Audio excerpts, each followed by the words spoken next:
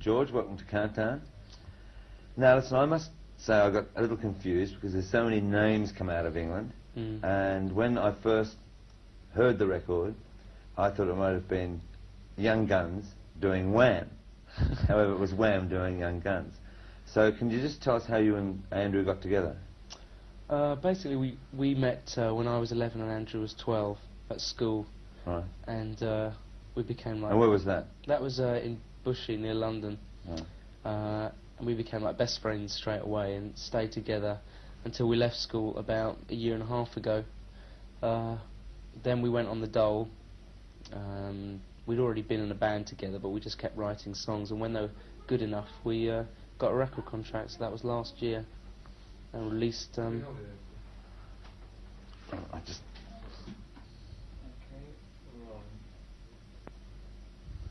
Well, George, welcome to the program.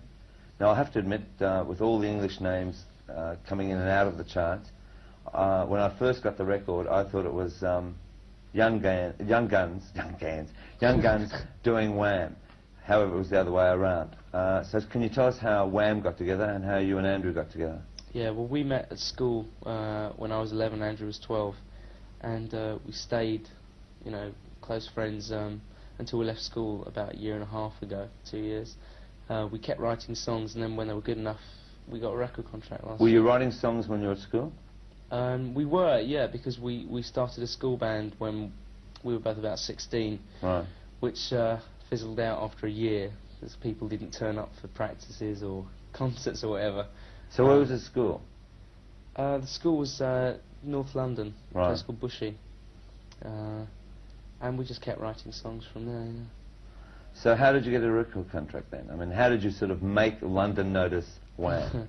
We didn't really, you see, we were just like... the actual demo tape that got us the contract was about 4 minutes long, and it was just...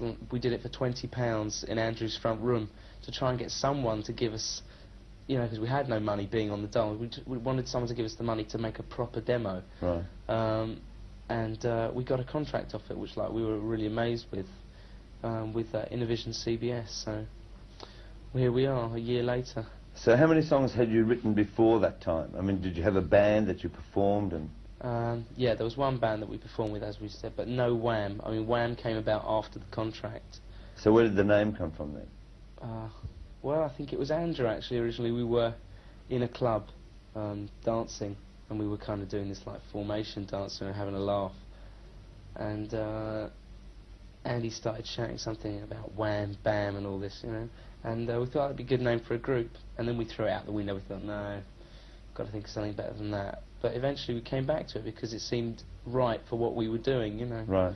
And so you're also doing dancing, sort of like going out to clubs, what, and dancing? Oh yeah, that's our background really. We've both been like, well, what we called soul boys, I suppose, for about the last 5 years. So dancing and clubs are the places that, you know, we get our ideas from. Right. So I think that shows in the records. Hopefully it shows. Well, I was going to say, I mean, Young Guns, is that a true story, like the lyrics that go through that about? It's not true. It's not true of either Andrew or myself, but it's true of a lot of our friends. You know, people that we see up the pub. You know, and you'll say, "Where's Alan tonight?" or "Where's Bob tonight?" and it's, "Oh, he's in with the bird," you know. And it's definitely true of a lot of people, but it's a very kind of tongue-in-cheek look at the way,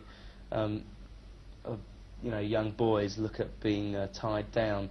And I think you're not supposed to be particularly impressed with the male point of view from the song, but at the same time it's very typical. Right. So as far as Wham is concerned now, what can we sort of expect, you know, over the next whatever, you know? Well, hopefully. I mean, someone described you the other day in Australia as being an English version of John Travolta.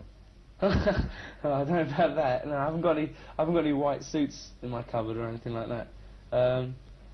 No, I think probably the dance aspect is going to be there for quite a while, and the songs will probably remain up-tempo, but I can't really tell. I mean, 6 months ago I had a very different view to what Wham would be than the way I feel about it today, so I don't really predict for the future. I just hope that the inspiration comes to keep writing hit singles, and hopefully hit albums. So Right. I think we'll just have to wait and see.